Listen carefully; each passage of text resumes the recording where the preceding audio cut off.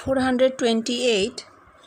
Yes, there exists in every man the bliss of God consciousness, only it is hidden by the veiling and have the evil removed. It is spoken of the seventh plane when it is seen by removal of the cover which rolls up like a curtain in a theatre. The water of a tank is hidden with a layer of aquatic plants. The wind blows and gets the aquatic plants shifted aside. The water of the tank is seen. Sri Ramakrishna.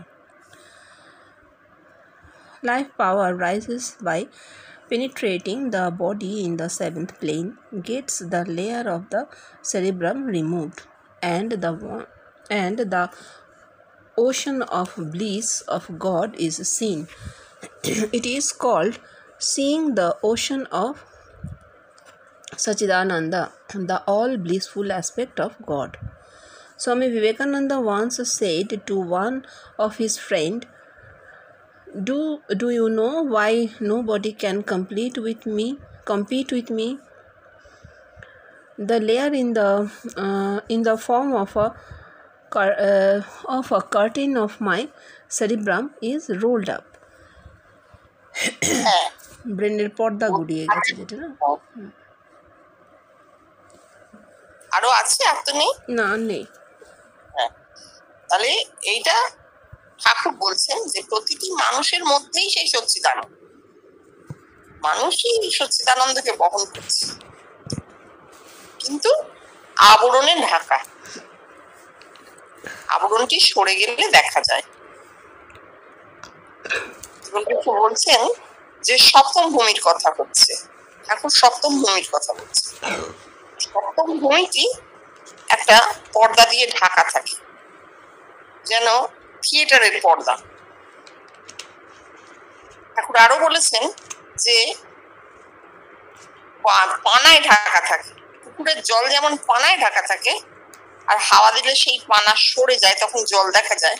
সচ্চিদানন্দ তেমন, যেন পানায় ঢাকা পুকুর, হাওয়ায় জল সরে গেলে আবার দেখা যায়। এই কথাটার মধ্যে আরো গুরু কথা আছে, যেমন পুকুর সহস্রারে দেখা যায়, মানে সপ্তম ভূমিতে। পানায় ঢাকা মানে পানা আবরণ 100 বার। হাওয়াটা কোথা থেকে এলো? হাওয়া হচ্ছে প্রাণ শক্তি, প্রাণবায়ু উঠছে, মহাবায়ু, সেই উঠে হাওয়ায় সরিয়ে দিচ্ছে পানাকে, এই আবরণ সরে যাচ্ছে, তখন সচ্চিদানন্দকে দেখা যাচ্ছে। মানে ওই সচ্চিদানন্দ বাড়ি, জল, ব্রহ্মবাড়ি দেখা যাচ্ছে। এই কথাটাই আবার জীবনকৃষ্ণ বলছেন যে লাইফ পাওয়ার, প্রাণ শক্তি সংকুচিত হয়ে শরীরের মধ্যে ঊর্ধ্বগতি পাচ্ছে, সপ্তম ভূমিতে আসছে এবং সহস্রারের পর্দা সরিয়ে দিচ্ছে, তখনই সেই ব্রহ্ম সমুদ্র দেখা যাচ্ছে। একে বলা হচ্ছে bliss of god is seen, মানে সচ্চিদানন্দ সাগর বা ব্রহ্ম সাগর দর্শন। এই ব্রহ্ম সাগর বা সচ্চিদানন্দ কি? ঈশ্বরীয় আনন্দ, ব্রহ্মানন্দ। দর্শন করলে ব্রহ্মানন্দ লাভ হবে। 429. The less your attachment is to your body, the more loves of God you will get in you. The more the liberation of God from the body, the quicker He will make His way to the seventh plane. It is yearning for God. It is a yogic aspect, and it has its own bliss which is felt by every devotee. বলছেন যত তোমার দেহ থেকে যত মুক্ত হতে থাকবে, তত ঈশ্বরের দিকে গতি হবে এবং ঈশ্বরের প্রতি ভালোবাসা জন্মাবে। Attachment is to your body. The less your attachment is to your body. দেহের প্রতি আসক্তি যত কমবে, ঈশ্বরের প্রতি ভালোবাসা তত বাড়বে। ঠাকুরের কথা উনি বলছেন liberation of god from the body, আত্মা দেহ থেকে মুক্ত হচ্ছে। আসক্তি কমবে কিসে? যখন আত্মা দেহ থেকে মুক্ত হচ্ছে। যখনই হচ্ছেন তখনই he will make his way to the seventh plane. অর্থাৎ সোজা সপ্তম ভূমিতে গিয়ে সংকলিত হচ্ছে, প্রাণ শক্তি আত্মায় পরিণত হয়ে যাচ্ছে। এটা যদি সম্পূর্ণ হয়, 16 আনা হয়, তাহলে কি হবে? দেহ থেকে 16 আনা আত্মা মুক্ত হয়ে গেলেন, কোনো আসক্তি রইল না। এটাকে কি বলবে? এটাকে বলে ব্যাকুলতা, ঈশ্বরের প্রতি ব্যাকুলতা। তাহলেই এই পূর্ণ জিনিসটা ঘটে। এটা যোগ, দেহে যোগ বর্তাচ্ছে। আর এর it has its own bliss which is left felt by every devotee. প্রতিটি ভক্তের দেহে যদি কেউ প্রকৃত ভক্ত হন, তাহলে তিনি তার দেহে এই ব্যাকুলতা অনুভব করবেন। মন টেনে নিচ্ছে, সপ্তম ভূমির দিকে মন টান করছে, মনে টান করছে, সব কাজ করছো, কিন্তু তখন হঠাৎ মনে হবে যে আচ্ছা এখন এগুলো থাক, আমি একটু শুনে নিই বা একটু বইগুলো পড়ি। এই যে অসম্ভব টান, আকর্ষণ, এটা তো আমাদের ক্ষেত্রে হচ্ছে। আর আমরা ঠাকুরের ক্ষেত্রে বা জীবন কৃষ্ণের ক্ষেত্রে কি দেখছি? ঈশ্বরের নাম শোনা মাত্র সমাধি হয়ে যাচ্ছে, অর্থাৎ দেহের থেকে সমস্ত আসক্তি সরে যাচ্ছে, দেহ থাকছেই না। এইরকম ব্যাকুলতা, একেই ব্যাকুলতা বলে। এই আকুল ব্যাকুল হয়ে কান্নাকাটি করাকে ব্যাকুলতা বলবে না, এইটাকে ব্যাকুলতা বলে। সঙ্গে সঙ্গে মন ঊর্ধ্বমুখী হয়ে যাচ্ছে।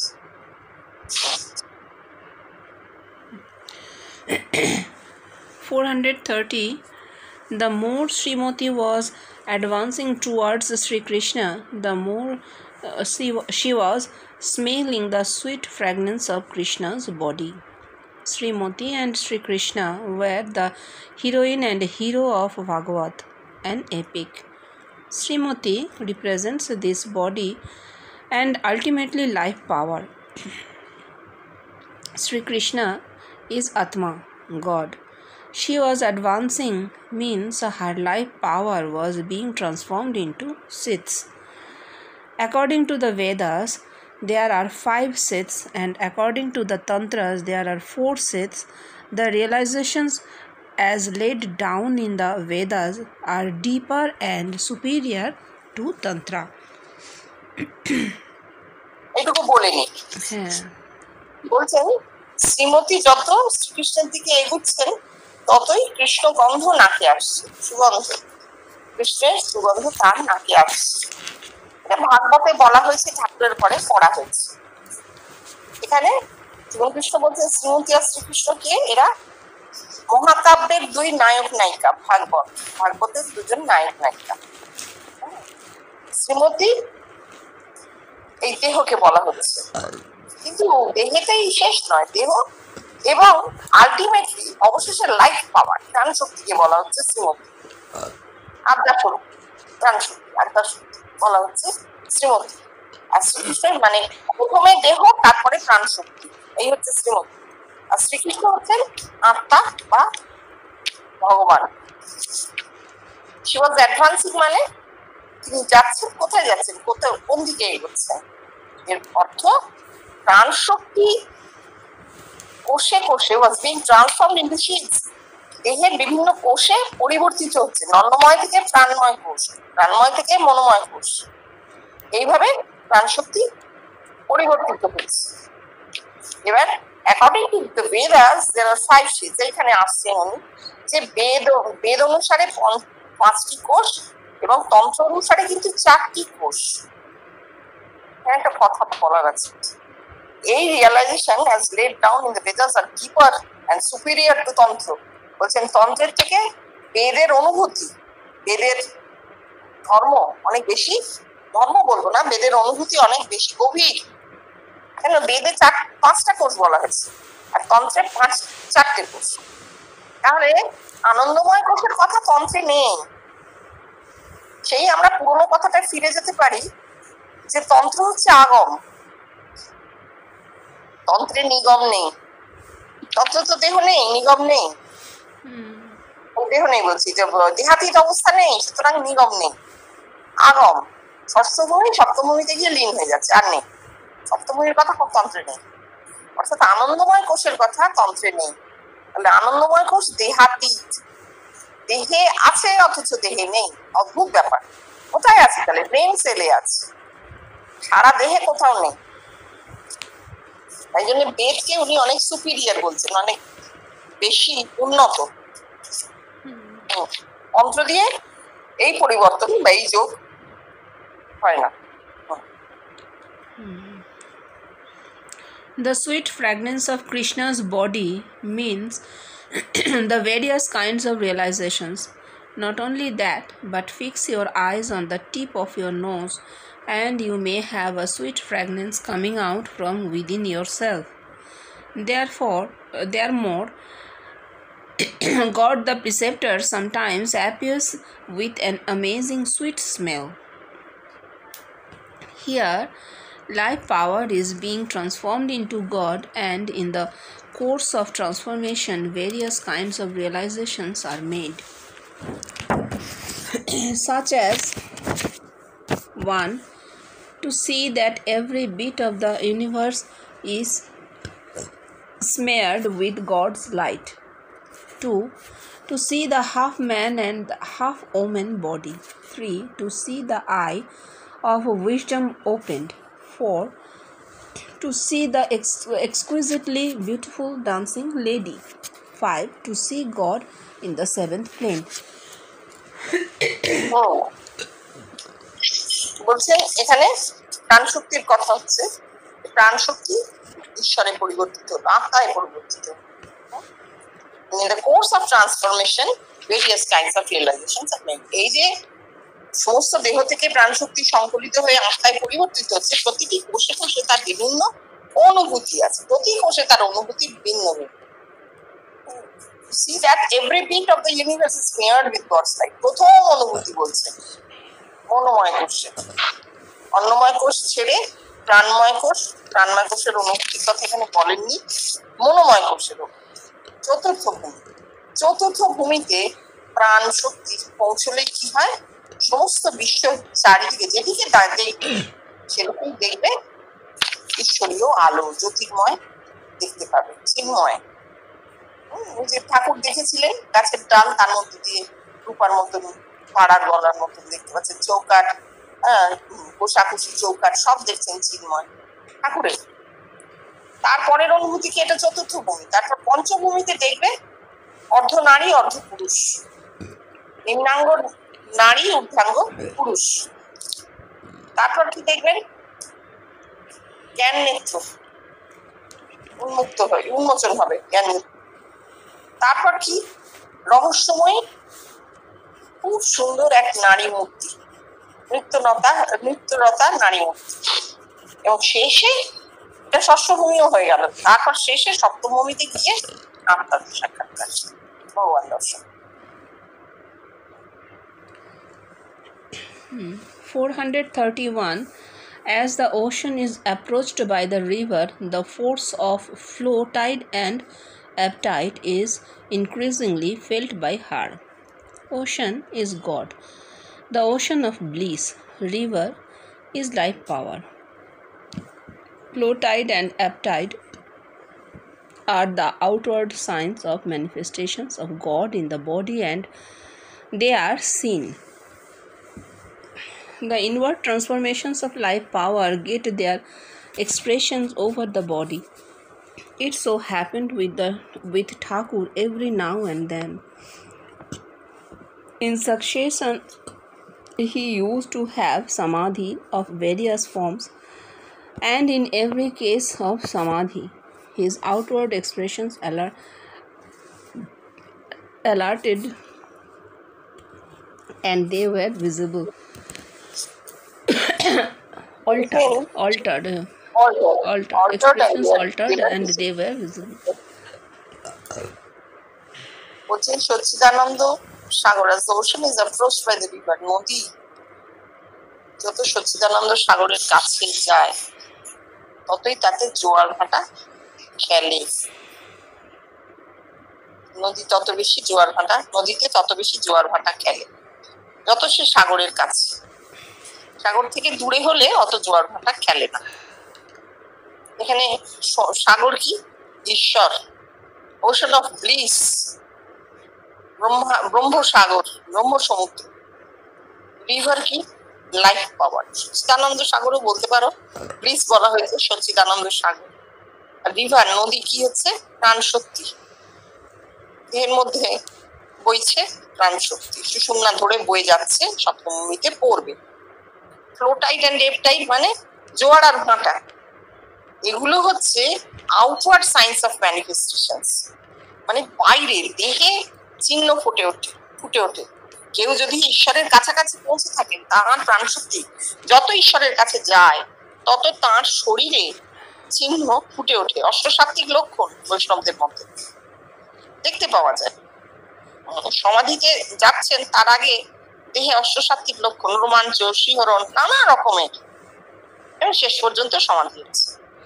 এটা আউটওয়ার্ড, এই জোয়ার ভাটাটা নদীর ওপরে দেখতে পাওয়া যায়। আর ইনওয়ার্ডটা কি, ভেতরে আন্তরিক পরিবর্তনটা কি হচ্ছে, এটা তো বাহ্যিক চিহ্ন দেখা গেল। আর ভেতরে আন্তরিক পরিবর্তনটা কি হচ্ছে, লাইফ পাওয়ার মানে প্রাণ শক্তি created expressions over the body. হ্যাঁ, এই যে প্রাণ শক্তি, আন্তরিক পরিবর্তন, সেইটা দেহে বর্তাচ্ছে, দেখতে পাওয়া যাচ্ছে। এইটা ঠাকুরের ক্ষেত্রে হয়েছিল এভরি নাও অ্যান্ড দেন। ঠাকুরের ঘরে সারাক্ষণ ঠাকুর হয় ভাবে, নয় সমাধিতে রয়েছে। প্রত্যেকটি ঈশ্বরীয় কথায় তার মধ্যে উদ্দীপন হচ্ছে এবং তিনি এই অবস্থায় চলে যাচ্ছেন। In successions, he used to have samadhi of various forms. In succession মানে প্রথমে ওই ভাব সমাধি, তারপর একেবারে লীন হয়ে গেলেন সমাধিতে, পর এরকম দেখা যেত। And in every case of samadhi, his outward expressions altered and they were visible. প্রত্যেক রকমের সমাধি, ঠাকুর বলছেন না, প্রতিবার সমাধি নতুন, প্রতিটি সমাধি, প্রতিবার যতবার সমাধি হয় ততবারই নতুন, পুরোনো কিছু রিপিট করে না। কিন্তু এটা আমরা বুঝতে পারবো না, কারণ যেহেতু সমাধি আমাদের কারোর হয়নি, হবেও না সম্ভবত, আর সেই জন্য আমরা এটা বুঝতে পারি না। সমাধি প্রতিবার নতুন, যেমন কৃষ্ণ বলছেন, ঠাকুর বলছেন। আগে মানে 2 মিনিট আগে একটা মানুষ সমাধিস্থ হয়েছেন, নেমে এসেছেন, আবার সমাধি হচ্ছে, যেটা জীবন কৃষ্ণের ঘরে হচ্ছে। প্রতিবার নতুন, প্রতিবার তার আস্বাদন নতুন। এটা খুব অদ্ভুত ব্যাপার। আর সেটা সামনে বসে থাকা যারা, তারা সবাই দেখতে পেতেন, সঙ্গকারীরা দেখতে পেতেন সেই অবস্থাটা, জানতে পারতেন না কি হয়েছে, কিন্তু দেখতে পেতেন, অবস্থাটা দেখতে পাওয়া যায়।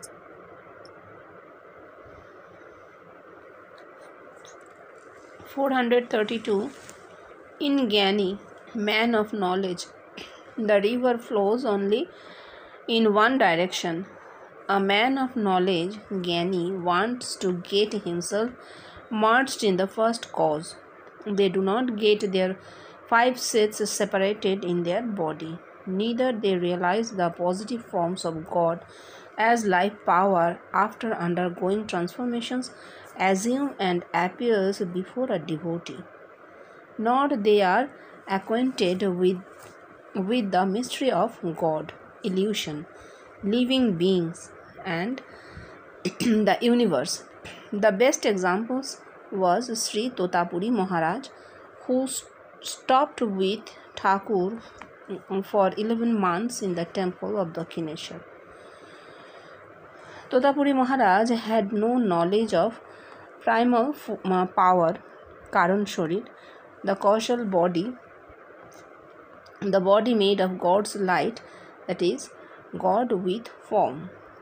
Yes, Totapuri Maharaj was a man of very high order and merit, but his realizations were short.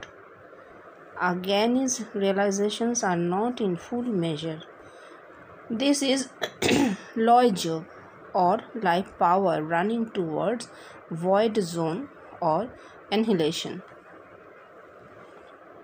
বলছেন জ্ঞানীর নদী একভাবে বয়ে যায়, জোয়ার ভাটা নেই। একভাবে বয়ে যাওয়া মানে জোয়ার ভাটা নেই, অর্থাৎ তার শরীরে কোনো বাহ্যিক চিহ্ন দেখতে পাওয়া যায় না। মজার ব্যাপার, জ্ঞানীর জোয়ার ভাটা নেই, একরকম অবস্থা, একদিকে বয়ে যায়। এবার জীবন কৃষ্ণ বলছেন, জ্ঞানীকে, যিনি মহাকারণের লয় হতে চান, তার দেহ থেকে 5টি কোষ মুক্ত হয় না, আর দেহ থেকে কোষ মুক্ত হয় না। তার ফলে কি হয়, নানা রূপ ঈশ্বরীয় লীলা তার দেহে দেখতে পাওয়া যায় না। তেমনটি ভক্ত হলে হয়। ভক্ত কিন্তু ঈশ্বরীয় লীলা দেখতে পায়। কেন? এই লাইফ পাওয়ার প্রাণ শক্তি একটি একটি করে কোষ মুক্ত হয় আর বিভিন্ন অনুভূতি হতে থাকে। এটা একজন ভক্ত তিনি দেখতে পান, কিন্তু জ্ঞানী দেহে এই জিনিসটা হয় না, কোষ মুক্তি হয় না। এবং না হওয়ার ফলে জ্ঞানী ঈশ্বর, মায়া, জীব জগতের রহস্য জানতে পারেন না। এর সব থেকে ভালো উদাহরণ হচ্ছেন তোতাপুরী মহারাজ। তিনি 11 মাস দক্ষিণেশ্বরে ঠাকুরের কাছে ছিলেন। তোতাপুরী মহারাজ আত্মাশক্তি কি, কারণ শরীর কি জানতেন না, এবং সেই শরীরটি যে চিন্ময় হয়, ঈশ্বরীয় আলোয় তৈরি, তাও জানতেন না।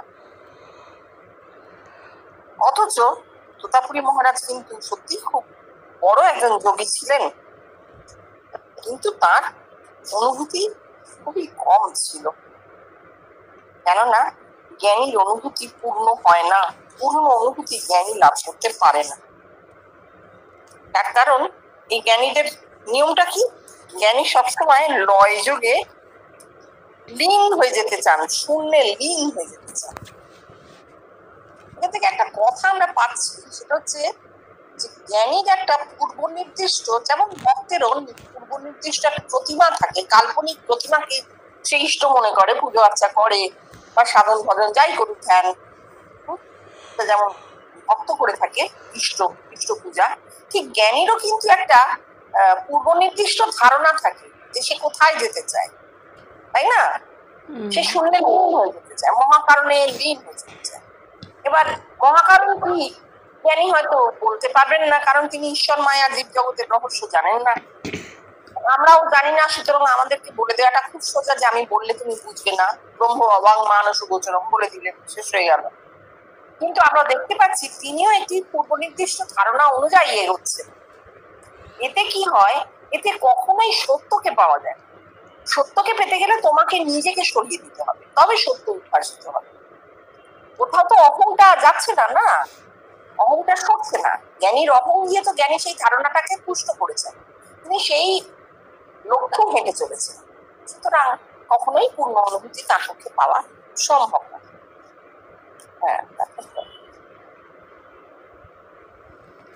433.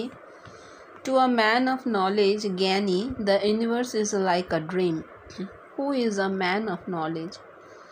He who sees God in the 7th plane and becomes conscious that he is not body but God, Atma, is a man of knowledge. It happens only with Avatar, the chosen man of God. All others simply pretend to be a man of knowledge.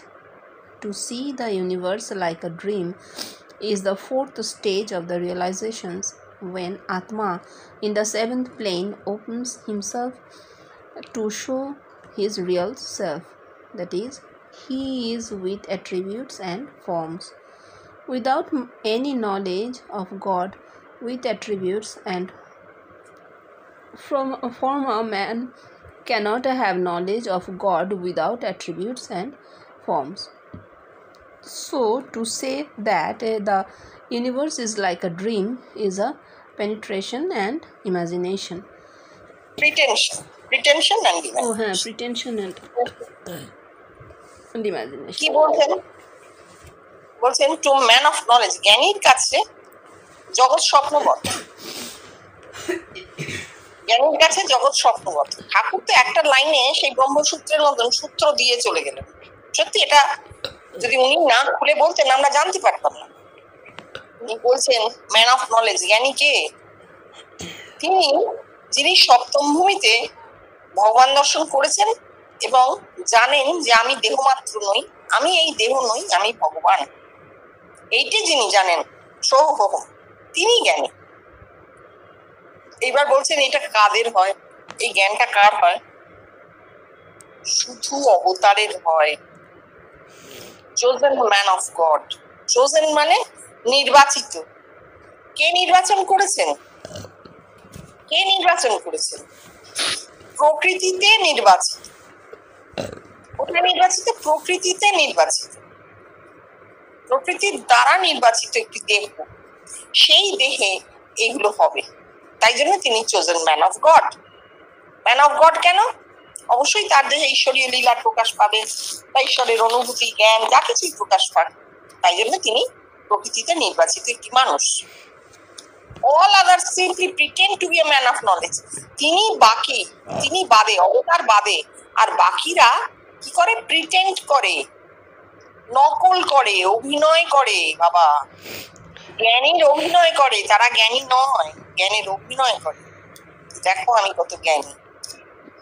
এইবার তিনি যোগে নামছেন, বলছেন জগৎকে স্বপ্নের মতন দেখা, জগৎ স্বপ্নবৎ। এটা কোন অবস্থায়? বেদান্তের চতুর্থ ভূমি। আত্মা সেভেন্থ প্লেনে ওপেন হিমসেলফ, আত্মা সাক্ষাৎকার হলো সপ্তম ভূমিতে। তারপর কি হয়? এই যে আত্মাকে দেখা হলো, সেটা কিন্তু সগুণ আত্মা। আত্মা সগুণ কেন? তার একটা ফর্ম আছে, তার একটি গুণ এবং আকার আছে। কেন? তাকে চোখে দেখা যায়, আলো দিয়ে তৈরি, নীল আলো দ্বারা সীমায়িত, বৃত্তাঙ্গুষ্ঠবৎ জ্যোতি, পরিষ্কার দেখা যায়। তা যাকে দেখা যাচ্ছে তার সগুণ, এবং আকারও আছে বৃত্তাঙ্গুষ্ঠবৎ। এই সগুণ আত্মাকে দেখা যায় সপ্তম ভূমিতে।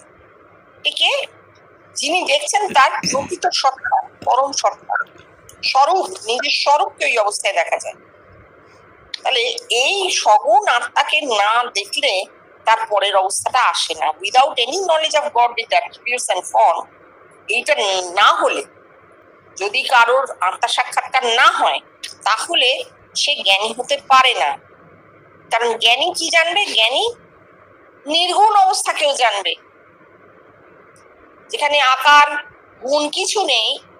ভগবানের সেই অবস্থাটা, যাকে ব্রহ্ম বলা হচ্ছে, নির্গুণ ব্রহ্মকে জ্ঞানী জানবে, কিন্তু তার আগে তার সগুণ আত্মাকে জানতে হবে। সেটিকে পেরিয়ে গিয়ে লাফ দিয়ে নির্গুণ ব্রহ্মে যাওয়া যাবে না। So to say that the universe is like a dream is a pretension and imagination. তাহলে যার আত্মা সাক্ষাৎকার হয়নি, তিনি যদি বলেন যে এই জগৎ মায়া এবং স্বপ্নবৎ, তাহলে তিনি একটি মিথ্যে কথা বলছেন, তার কল্পনার কথা বলছেন। তার তো এই অবস্থা হয়নি, তিনি বলছেন কি করে? কারণ তার আগে আত্মার সাক্ষাৎকার হতে হবে। তিনি সগুণ আত্মাকে জানবেন, তারপর নির্গুণে পৌঁছবেন। এইটা কাকে ক্রিটিসাইজ করা হলো? দেখো, বুদ্ধর কাছে যখনই কেউ জানতে চাইতেন ভগবানের কথা, বুদ্ধ কোনো কিচ্ছু বলতেন না, হ্যাঁ না কোনো উত্তর দিতেন না, নিজের পায়ের নখের দিকে তাকিয়ে থাকতেন। তো কেউ তার অর্থ করেছিল যে বুদ্ধ ভগবানকে জানেন না, ভগবানকে স্বীকার করেননি। আবার অনেকে বলেছিল যে না, তিনি নিজে জেনেছেন কিন্তু আর কাউকে জানাতে পারবেন না বলে বলছেন। কিন্তু বুদ্ধ মানে বোধ স্বরূপ, অর্থাৎ জ্ঞান, তার জ্ঞান হয়েছে, এটাই ধরা হয়। তাহলে তার কি জ্ঞান হয়েছে? কিন্তু জ্ঞানের কোনো প্রমাণ রাখতে পারলেন না। তিনি যদি নির্গুণের কথা বলে থাকেন, যে আমি মুখে বলতে পারছি না তিনি নির্গুণ, তাই আমি মুখে বলছি না, অবাং মানুষ গোচরম, তাহলে ধরে নিতে হবে তার আত্মা সাক্ষাৎকার আগে হয়েছে। কিন্তু না, তার আত্মা সাক্ষাৎকার হয়নি। যে ব্যক্তির আত্মা সাক্ষাৎকার হবে তিনি নিজে জানবেন না, তার অজ্ঞাত সারে জগতে তার প্রমাণ থেকে যাবেই যাবে।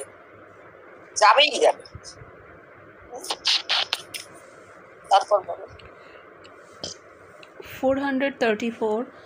A man of knowledge always remains in the real self. To a man of knowledge, the real self is the absolute. It never happens with a man save and except in the last course of samadhi, known as sthita samadhi. Well, the ego consciousness never leaves one. Sri Ram Krishna.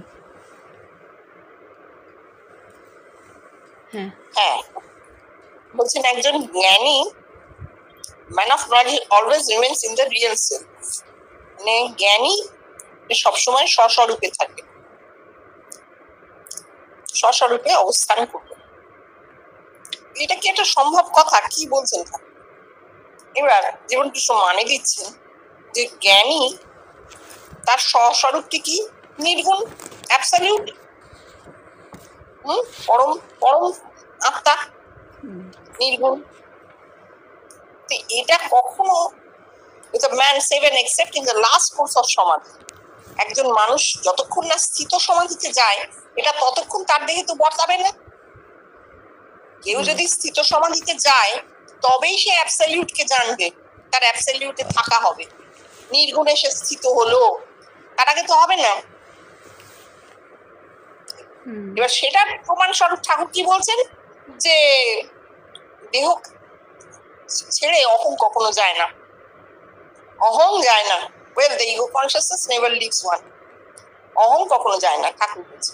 তো তা যদি না যায় তাহলে সে তার পরম স্বরূপকে জানবে কি করে, বা সেখানে সে স্থিত হবে কি করে, সেখানে সে স্থিত হবে কি করে? জ্ঞানীর এই যে কথাটা তার আগে বলা আছে জ্ঞানী সবসময় স্বস্বরূপে থাকেন, তা কি করে থাকবেন? কারণ তার দেহের যে অহং, দেহ সত্তাটা তো প্রবল হয়ে আছে, জীবসত্তা তো রয়েছে, জীবসত্তা সম্পূর্ণ লয় হবে তবেই তো তার স্বস্বরূপে থাকা হবে। তো দেহ নিয়ে একটা মানুষ ওই অবস্থায় কখনোই থাকতে পারেন না। ঠাকুরই বলছেন যে দেহ ছেড়ে কখনো অহং যায় না। 434. To a devotee, realizations of God do not remain closed but they unfold. He gets flow tide and ebb tide of realizations. Flow tide of realizations is to see the different sportive forms of God, and ebb tide of realizations is to witness the finer form of God in the course of transformation to the absolute, such as seen in the unfoldment of Atma. God, the universe, changes into a seed, and the seed into a dream, and after dream nobody knows what remains. A devotee at first sees glorious God with form and with glorious attributes. Then the attributes of God with form listens. Then he turns into a body from the finally he becomes God's light. Sri Ram Krishna.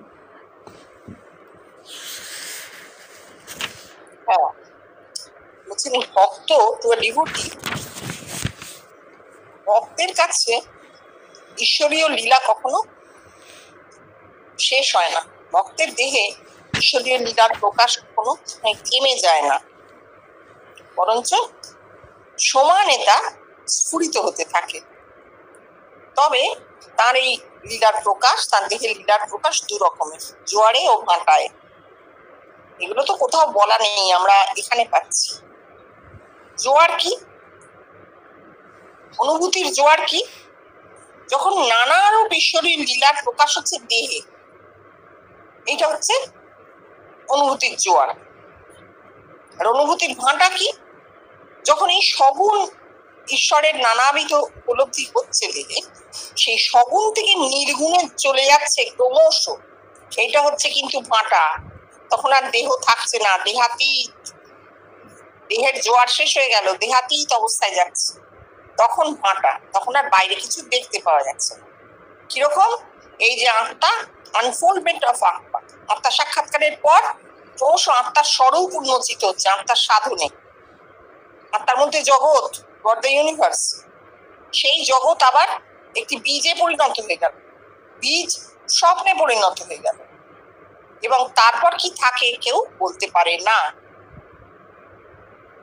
এটা হচ্ছে এব Tide of realisation, মানে ভাঁটা। আর অনুভূতি দেহে হচ্ছে না, দেহে মাথায় সাধন হচ্ছে, আত্মার সাধন হচ্ছে। A devotee at first sees glorious God with form. ঠাকুরের কথা যে একজন ভক্ত প্রথমে নানা ঐশ্বর্যে পূর্ণ ভগবানের রূপ দেখে, নানা গুণে নানা ঐশ্বর্যে পূর্ণ ঈশ্বরীয় রূপ দেখে। Then the attributes of God with form lessen. তারপর ভগবানের গুণ কমতে থাকে, ঐশ্বর্য কমতে থাকে। কিরকম? প্রথমে দশভুজা, 10টা হাত মানে 10 ঐশ্বর্যময়ী, তারপর 4 হাতের বিষ্ণুমূর্তি, তারপর অবশেষে turns into a baby form, একেবারে শিশু গোপাল, কোনো ঐশ্বর্য নেই। Finally he becomes God's light, এবং অবশেষে শুধু ঈশ্বরীয় জ্যোতি। কি সুন্দর ঠাকুর বলেছেন, শেষে জ্যোতি ছাড়া কিছু থাকে না, তার কোনো আকার গুণ কিছু নেই না। এবার দেখো, প্রথমে একজন ভক্ত সে দশভুজা কেন দেখবে, একটু ভাঙি না, একটুখানি ভাঙা যাবে। কেন প্রথমে সে দশভুজা, পরৈশ্বর্যপূর্ণ ভগবানকে, ভগবানের রূপ কেন সে দেখছে? তার কারণ মানুষের দেহের প্রাণ শক্তি যখন বহির্মুখী তখন সে কর্মে লিপ্ত। কর্ম ছাড়া কোনো মানুষ তো থাকতে পারে না, সমস্ত মানুষের শরীরে কর্ম থাকবেই থাকবে। কর্মে, প্রচন্ড কর্মে লিপ্ত, অর্থাৎ রজগুণ। এই রজগুণ ঐশ্বর্য রূপে দেখা যাচ্ছে। 10টা হাত, আমরা বলি না, কোনো অনেক মানুষকে বলি বাবা ও 10 হাতে কাজ করে, অর্থাৎ ভীষণ প্রকাশ বাইরে। এই প্রকাশটা যখন ভেতরে হচ্ছে তখন কি হচ্ছে, ঈশ্বরীয় রূপে ওই 10টা হাত দেখতে পাওয়া যাচ্ছে রজগুণ। এই রজগুণ কমছে কমছে কমছে, যত মানুষটা আরো আরো করে উঠছে তত তার এই গুণ কমছে, এর যে রজগুণ নাশ হচ্ছে। নাশ হতে হতে 4টে হাত, তারপর অবশেষে ছোট্ট নাড়ু গোপালের মতো ছোট্ট শিশু খেলা করছে, কোনো গুণ নেই। সত্যগুণ বলে কিন্তু সে বালক অবস্থায়, একদম শিশু, এখানে সে খেলা করছে। আমরা মুখেও বলি ও নারায়ণ, ও কি আছে কিছু জানে না, নারায়ণ বলি তো। অর্থাৎ আর সমস্ত রজগুণের বিনাশ হয়ে গেল, তবেই সেই ঈশ্বরীয় জ্যোতি দেখতে পারে। ঈশ্বরীয় জ্যোতি আত্মা সাক্ষাৎকারের জীবন কৃষ্ণ কি বলছেন, ওই লাল রঙের চৈতন্য দেখায়, কণ্ঠ পর্যন্ত নামছে আত্মা সাক্ষাৎকারের পর সেটা লাল দেখায়, কেন? ওই রজগুণটা চলে যায়। ঠিক আছে, পড়ো। 436. Sometimes a devotee laughs, weeps, dances and sings. These are all outward sign of manifestations of insignia by which an avatar is known, as it happens with avatar only. It is called Urjita Bhakti, or devotion in the flow tide form. God incarnates in a man. How am I to know it? This laughing, weeping, dancing and singing are outward manifestations of God incarnation in a human being. কখনো মানে যে মানুষ হাসে কাঁদে নাচে গায়, ভক্ত যখন দেখবেন হাসে কাঁদে নাচে গায়, ঠাকুরের ঠিক এই কথাটাই ছিল। যিনি বড় ভক্ত তার এইরকম অবস্থাটা হবে, কখনো হাসছেন, কখনো কাঁদছেন, কখনো নাচছেন, কখনো গান গাইছেন। উত্তরে জীবন কৃষ্ণ কি বলছেন, এইগুলো হচ্ছে আউটওয়ার্ড সাইন্স অফ ম্যানিফেস্টেশন, দেহে ঈশ্বরীয় লীলার বহিঃপ্রকাশ ঘটছে, যা দিয়ে একজন অবতারকে চিনে নেওয়া যায়। অবতারই সেই শ্রেষ্ঠ ভক্ত যার মধ্যে এই সব অবস্থাগুলো হয়। একে বলা হয় উর্জিতা ভক্তি। উর্জিতা ভক্তি সেই জোয়ার, ভক্তির জোয়ার শক্তি, তাই উর্জিতা। এখানে কি হয়, এটা একটা মানুষের মধ্যে যখন অবতরণ ঘটে তখন এইরকম হয়। উনি বলছেন আমি কি করে জানলাম, how am I to know it, আমি কি করে জানলাম? এই যে হাসি, কান্না, নাচ, গান, এগুলো হচ্ছে বাইরের চিহ্ন, অবতারের বাইরের চিহ্ন। একটি দেহে ঈশ্বরের অবতরণ করে সেই দেহের বাহ্য প্রকাশ এইগুলো, কিন্তু এটা আমি কি করে জানলাম? তার উত্তর উনি দেননি। জানা মানে দ্বিতীয় ব্যক্তি তো জানবে না, শুধু অবতার জানবে। অবতারের দেহে যদি ঈশ্বরীয় অবতরণ হয় সেটা শুধু তিনি জানেন, অবতার প্রত্যক্ষ সিদ্ধ, আর কারোর জানার কথা নয়, সেটাই উনি বলতে চাইছেন। বেষ্টি, অবতার বেষ্টি।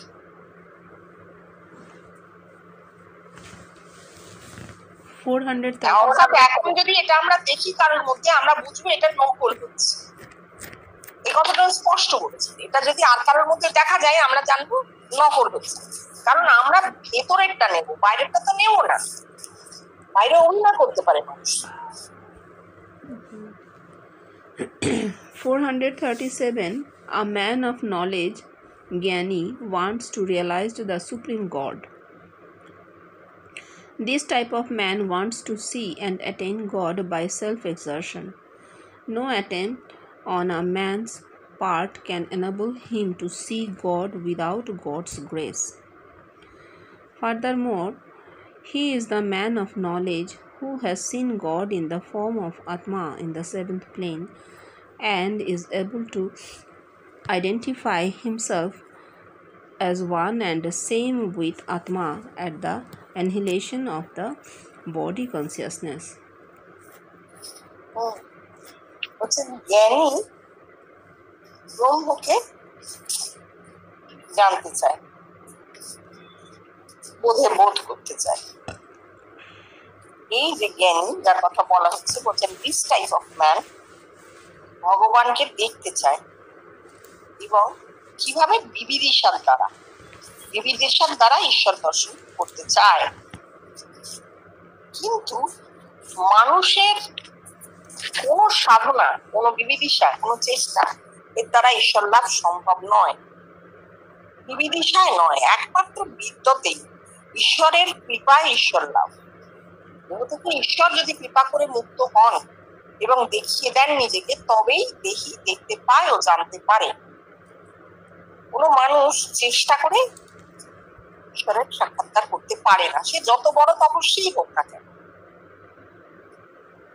এছাড়াও আরো কি উনি বলছেন, আরো কি, he is a man of knowledge who has seen god in the form of আত্মা। জ্ঞানী কে?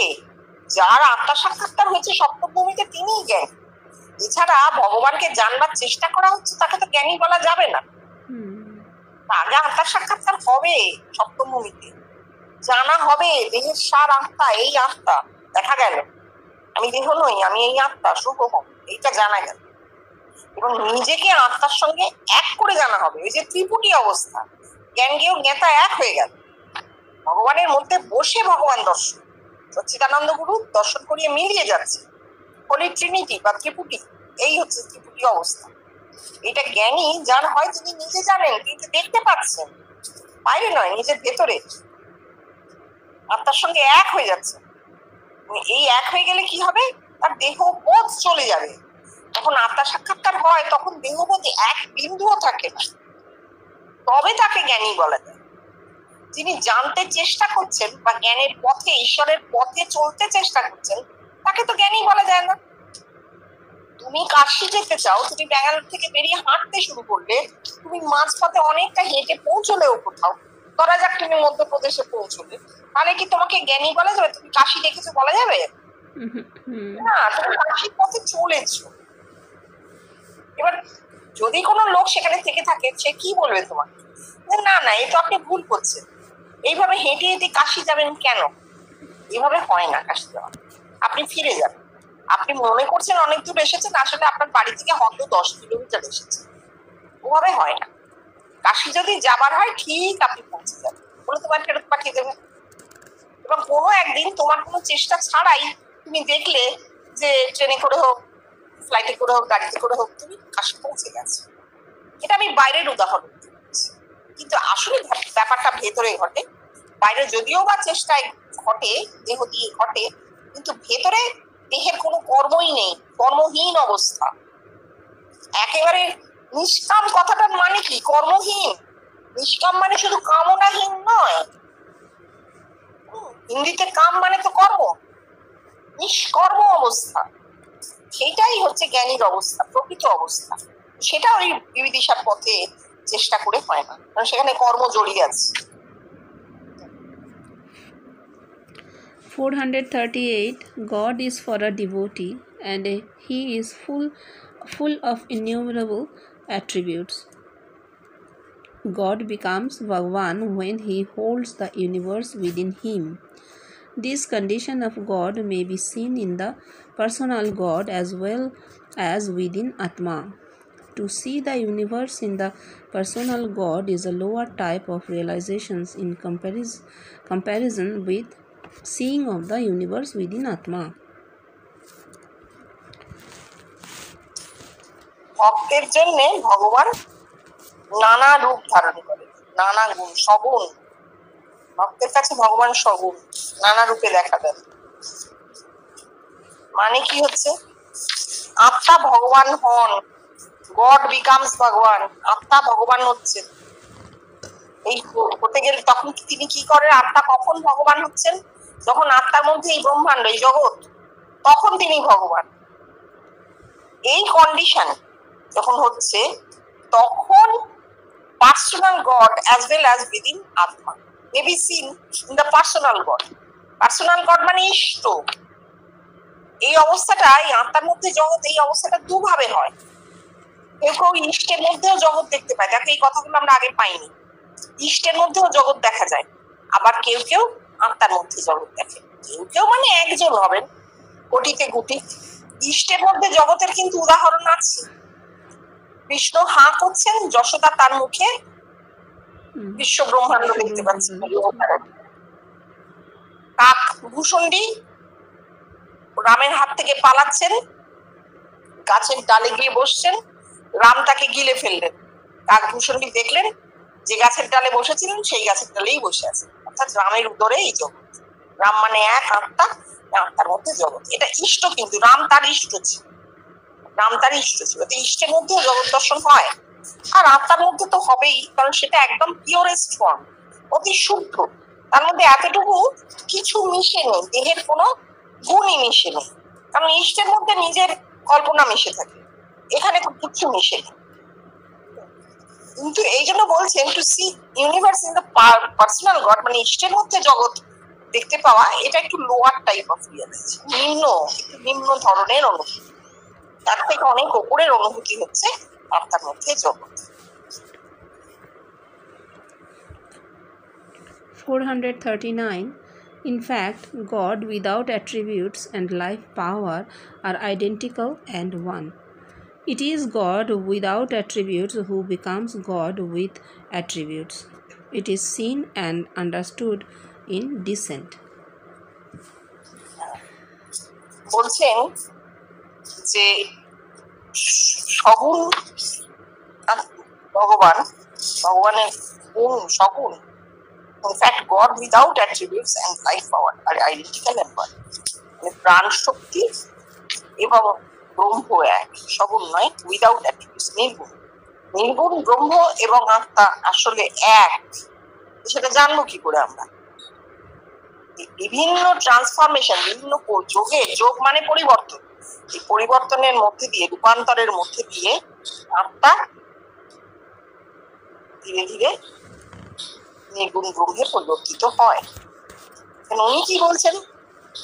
ইট is god without attributes who becomes god with attributes. নির্গুণ ব্রহ্ম থেকে সগুণ। উনি উল্টোটা বলছেন, কখন? যখন নিগম, it is seen and understood in descent. দেখতে পাওয়া যায়, বুঝতে পারা যায় কোথায়? নিগমে। নিগমে নির্গুণ থেকে সগুণ। আচ্ছা, এটা যদি আমরা সেই পৌরাণিক কথা দিয়ে বলি, যে পৌরাণিক অবতরণ, তা দিয়ে না বলে যদি আমরা এইভাবে ভাবি যে ঠাকুর যেরকম বলছেন এত বড় শরীর, বেতো এত কোমল, তা থেকে এত বড় শরীর আর মাসের দেহটা, অর্থাৎ পিতৃবীজ নির্গুণ ব্রহ্ম। বেদেও বলেছে, বেদান্তেও বলেছে, তদেব শুক্রম তদ ব্রহ্ম। সেই তাকেই শুক্র বলা হচ্ছে, সেই শুক্রকেই ব্রহ্ম বলা হচ্ছে, প্রাণ বলা হচ্ছে। তাহলে সেই তার মধ্যে একটা নির্গুণ অবস্থা, তা থেকে এত বড় শরীর সগুণ, দেহটাই তো সগুণ ব্রহ্ম। সেটা কিন্তু জগতের ক্ষেত্রে, জগতেরও দুটো রূপ আছে। এত বড় জগৎ যা আমরা চোখের সামনে দেখছি, তা আসলে আমার মাথার মধ্যে একটা বিন্দু হয়ে আছে, সেই বিন্দুটা রিফ্লেক্টেড হয়ে আমার চোখের সামনে এত বড় জগৎ। তাই তো প্রত্যেকটা মানুষের ক্ষেত্রে তাই, জগৎকে সে তার মাথায় বহন করছে। তাহলে তার মাথায় সে নির্গুণ থেকে এই রিফ্লেক্টেড জগৎ হচ্ছে এত বড় সগুণ জগৎ। এখানে কত হানাহানি, আবার কত আনন্দ উৎসব সব রয়েছে, দেখছে সে। অ্যাট্রিবিউটস উইথ অ্যাট্রিবিউটস, সগুণ জগৎ। এটা আমরা এইভাবে নিতে পারি, কারণ অবতারত্ব তো আর কারণ নেই। সুতরাং অবতার দিয়ে এই কথাটাকে আর ব্যাখ্যা না করলেও চলবে। আচ্ছা, টুকুন এই অবধি থাকুক তাহলে। হ্যাঁ।